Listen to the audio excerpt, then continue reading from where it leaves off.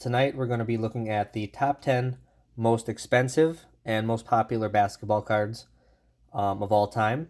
And these are the base rookie cards of some of basketball's best players. So I've got 10 on the list, and I've got two honorable mentions. So I hope you guys enjoy the video, and here we go. So let's start out with our first honorable mention, and that is Steph Curry. And the card is the 2009 Topps Chrome Steph Curry, number 101. This card is only numbered to 999, so it's fairly scarce for a main rookie of a star. And you can see the PSA populations at 119, BGS populations at 227. So there's still a fair amount of cards out there that have not been graded. And then if you look at the PSA 10s, there's been 58 graded out of the 119 submitted have gotten a 10, which is a fairly good ratio, actually. So not that many condition issues, apparently, for the Topps Chrome cards. And then you see the price, what it goes for at $3,000 plus, which I think is about fair for that card and that player being from 2009 and the limited number available. Then you look at the BGS 9.5 prices, about $1,500 to $2,000 range, and there's been 137 of those graded a 9.5 out of the 227 total. So, and then with 5 BGS 10 pristine cards graded. And as we go through the video, you'll notice that trend a lot from a pricing standpoint. Usually the PSA 10 will go for the most, followed by the BGS 9.5. You can see it's almost half to a little more than half what the PSA 10 goes for. However, the BGS 10 pristines do command quite a premium, as you'll see in some of the future cards. But I definitely felt like Steph Curry should be an honorable mention. You know, he's a 3-time NBA champion already, a 2-time league MVP, and a 6-time All-Star in his fairly short career so far from 2009. And you know he's going to be around a while, just, you know, being a three-point shooter mainly. He's out now with an injury this year, but he definitely makes an honorable mention on the list. And my second honorable mention, and this was a tough one because I really wanted to include him on the list, the main top 10, and that is Kobe Bryant. His numbers are just incredible. Played with the Lakers from 96 to 2016, was a 5-time NBA champion, 2-time finals MVP, and an 18-time All-Star, which is insanely a lot of All-Star appearances, and 33,643 points all time, which puts him number 3 all time on the list, which is a wonderful career. And you can see a lot of cards have been graded for Kobe Bryant. The 1996 Topps Chrome rookie, which some of them have some greening on them, which the ones that do not have greening are a little bit more desirable. You can see the total PSA Pop of 5308, BGS Pop 3201, so that's a combined pop of 8,500 cards total graded. That's a fairly large number.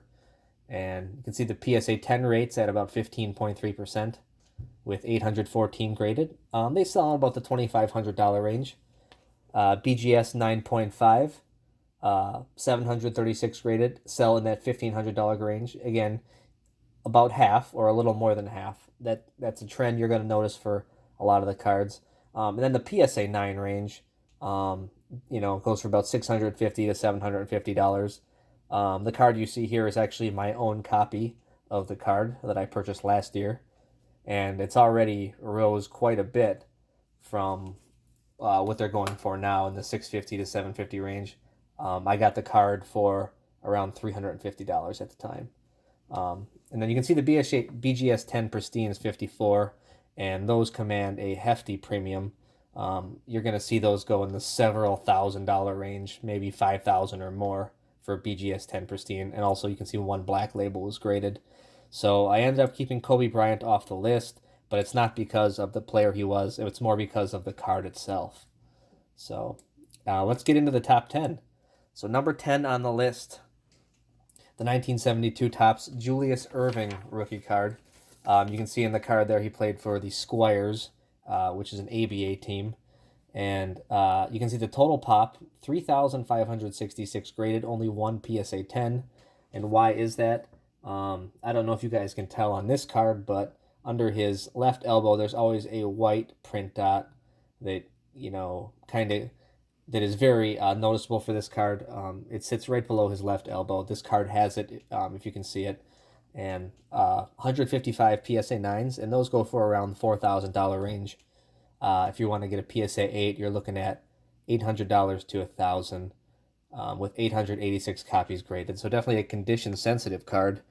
And, Julius Erving was well known for introducing the dunk and making that mainstream. That's why he makes the list, just his contributions that way to the league. Played with the 76ers for many years. Before that, played in the ABA.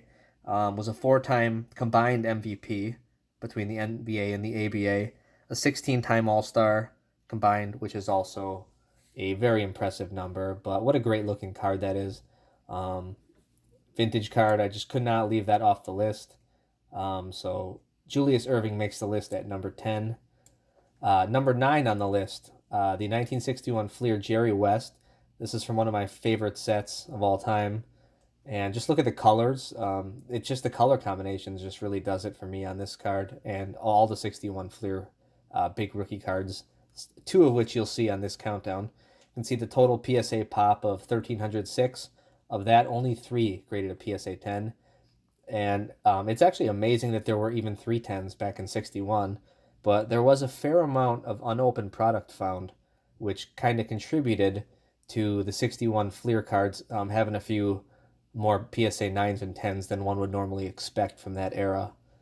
You can see the PSA 9, 28 graded. They typically sell in about the $15,000 range, and PSA 8s go for $3,500 to $4,500. PSA 7, $1,200. Not too bad considering Jerry West's impact and basically his image. He is the image. He is the logo, the dark shadowy logo on the NBA logo. That's Jerry West. So you see him every time you see NBA. So he definitely has to make the list here. And he wasn't a bad player either. Played with the Lakers from 1960 to 74. An NBA champ, Finals MVP, 14-time All-Star, and as I mentioned before, he's actually on the NBA logo, which is pretty amazing. Moving to number 8 on the list, the 1980 Topps Larry Bird Magic Johnson scoring leader card. This is the Larry Bird and Magic Johnson rookie. Also has Julius Erving in the middle, just for effect. A total PSA pop of 9,600 cards, which is a fairly high number for a card from the 1980s. So it's a very popular card. Popularity of this card puts it on the list. Some might argue on the aesthetically pleasing nature of the card, having 3 players on it, but to have 2 stars of this caliber on one card is pretty amazing in itself. You can see the very small PSA 10 rate. Only 0.25% of all the cards sent in got a PSA 10. Only 24, and if you do happen to find one of those, they do sell in the $75,000 to $100,000 range, which is extremely healthy price. The PSA 9s, you got 600 of those, a 6.2% rate, which is still not very high. Those sell in the 5 to 7,000 range. PSA 8s, you can see where it jumps up to 2,600 PSA 8s, so a lot more of those floating around. Those can go in the $800 plus range. And as for the players on the card, you have Larry Bird, played with the Celtics from 79 to 92, 3-time NBA champ, 2 times Finals MVP, 3-time League MVP, and 12-time All-Star, and also Magic Johnson with very similar numbers, 79 to 91, played with the LA Lakers, was a 5-time NBA champ, 3-time Finals MVP, 3-time League MVP, and 12-time All-Star as well. So to have 2 players on that caliber on a card is actually pretty neat, in my opinion. So that made the list at number 8. Number 7 on the list is a copy of the version that I own, the 1961 Fleer Oscar Robertson, number 36. This is the second 1961 Fleer card on the list. And what do you guys say about Oscar Robertson? He was Russell Westbrook before Russell Westbrook was Russell Westbrook, and he was the first triple-double. He averaged a triple-double for the season in the 1961-62 season, and he could have averaged a triple-double for 5 seasons in a row. He was less than 1 point off in each of those seasons. Otherwise, he would have had a triple double in 5 straight seasons. So he was very close to that. Played with the Cincinnati Royals, you can see on the card here, from 1960 to 70. Then with the Milwaukee Bucks from 70 to 74. Was a one-time NBA champ and league MVP. A 12th time NBA All-Star as well. So Oscar Robertson makes the list just because of the aesthetic nature of this card and basically being the first all-around great player with rebounding, assists, and points. Moving on to number 6 on the list, the 2003 Topps Chrome LeBron James. This is a pretty new card to be so high on the list, but all you have to do is look at the pop report, and you have a combined pop here of, you can see the PSA Pop and the BGS Pop. The combined pop together is over 11,000 copies sent to PSA, which is a very high number. PSA 10s, the condition did hold pretty well on this card. You can see 45% PSA 10 rate, which is pretty darn good. And those PSA 10s go in the 2,000 plus range. They've been on a steady rise over the last year and a half, and I kind of regret not getting one myself. The BGS 9.5, you can see about half the price. That same trend follows, and about half graded. If you look at the BGS Pop, half graded to 10. So that just tells you the condition of the card did hold pretty well. PSA 9s, $650, a little more reasonable. And you can see there's 10 for BGS 10. There are 148 pristine 10s graded. Those sell for a premium, about $4,000, and there's been 10 black labels as well. And LeBron James, when he finishes his career, he will be at the top of many lists. That's why he's on this list. Already, he's a 3-time NBA champ, a 3-time Finals MVP, 4-time League MVP, and a 15-time All-Star. He's also number 4 in points all time with 33,482. So and he's got several years left. He does a lot to take care of his body, and he will be around. He will most likely come close to breaking that points record, if not break it. Moving on to number 5 on the list, the 1961 Fleer Wilt Chamberlain, and again another 1961 Fleer card on the list. You can see the total pop of 1,548, and again 3 PSA 10s, 31 PSA 9s, which is actually pretty darn good considering the cards from 1961. Again, there was a lot of unopened product that was found over the years that have contributed to those high numbers. And you can see the PSA 9s go in the $38,000 to $40,000 range. PSA 8s, you're looking at $11,000 to $14,000. And PSA 7s, you're still looking at $4,000. Wilt Chamberlain was just an icon of the game. 2-time NBA champ, Finals MVP, 4-time League MVP, and 13-time All-Star. He is number 7 all-time in points with 31,419, and number 1 all-time in rebounds with 23,924. Just an absolutely dominant player in his time. So that's why Wilt Chamberlain makes the list at number 5. Let's go to number 4 on the list. And I had a hard time between, Lou Alcindor and Wilt Chamberlain, which one to put forward. I ended up putting Lou Alcindor or Kareem Abdul-Jabbar before Wilt Chamberlain. He played from 69 to 75 with the Milwaukee Bucks. And this is actually my very own copy of the card. And he did play from 75 to 89 with the Lakers. A 6-time NBA champion, 2-time Finals MVP, 6-time League MVP, 19-time All-Star, 19 All-Star games, which is crazy. Number 1 all-time in points with 38,387, and number 2 all-time in rebounds, 17,444. So that combination puts him at number 4 in the list, and probably could have even been higher. But you have to differentiate these players somehow. You can see the total PSA pop of 2,824, and the PSA 10s, there's been 2 of them. If you want to buy one of those, you're definitely looking in the $250,000 plus range. I think the one copy that I saw sold was in that range.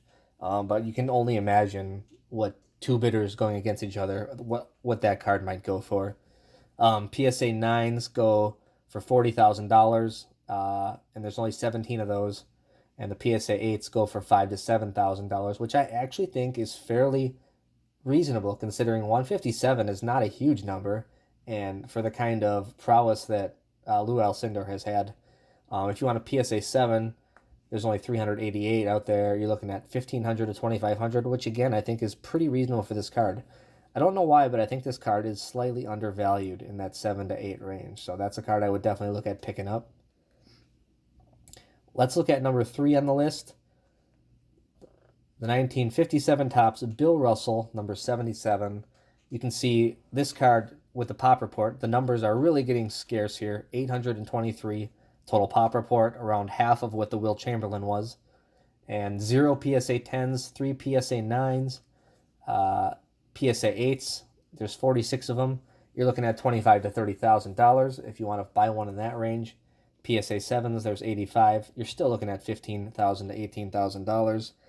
And why does Bill Russell make the list? Well, he's an 11-time NBA champion. Yeah, that's right, 11 NBA championships, which is an insanely high number. The guy is just a winner. 5-time league MVP, 12-time All-Star, and he's number 2 all-time in rebounds with 21,620. He was also a member of several all-defensive teams, which is great to see, being an all-around player. He played with the Celtics from 1956 to 1969. So Bill Russell makes the list at number 3. Getting into the top 2 players now on the list. And this was a tough one, but number 2, I'm putting the 1986 Fleer Michael Jordan. You can see the total pop numbers are just out of this world. You have a combined pop of over 29,000 cards graded. You guys saw all the other pops earlier in the list, and this one far eclipses any of them. Part of that is because the 1986 Fleer card is pretty readily available, and the other part of that is just Michael Jordan's popularity. I mean, people submit PSA 1s, 2s, 3s, any card you can find, you're probably going to submit it for grading so that people can tell its authenticity. This is probably the most counterfeited card of all time, if not one of them. And you look at the PSA 10 rate of 1.6%, which is actually pretty low percentage. 310 of those have been graded at 10, and they sell in the $30,000 range. That's pretty specific over the last year. BGS 9.5s, you're looking at the $10,000 range. Again, this is definitely less than half when you're talking BGS 9.5 to a PSA 10. BGS 10s, there's only been 6 of them graded, so there's not really much sales information out there. And the PSA 9s, you can see 2,687, so a lot of them have been graded, and they still sell in the 5,300 to 7,000 range. I remember when I first got back into collecting in 2014, the PSA 9s were selling in that $1,500 range. And so I'm really would have loved to grab one then, and now they're kind of climbing out of my price range. So Michael Jordan definitely makes the list at number 2. And, 6-time NBA champ, also 6-time finals MVP, 5-time league MVP, 14-time All-Star, and number 4 all-time in points with 32,292. Highly considered putting this card at number 1 on the list. You can make an argument anyway for these top couple cards. But the reason I didn't was just because of the overall amount and availability of this card. If you want a Michael Jordan rookie, you can pretty much go buy one. They're around, they're available.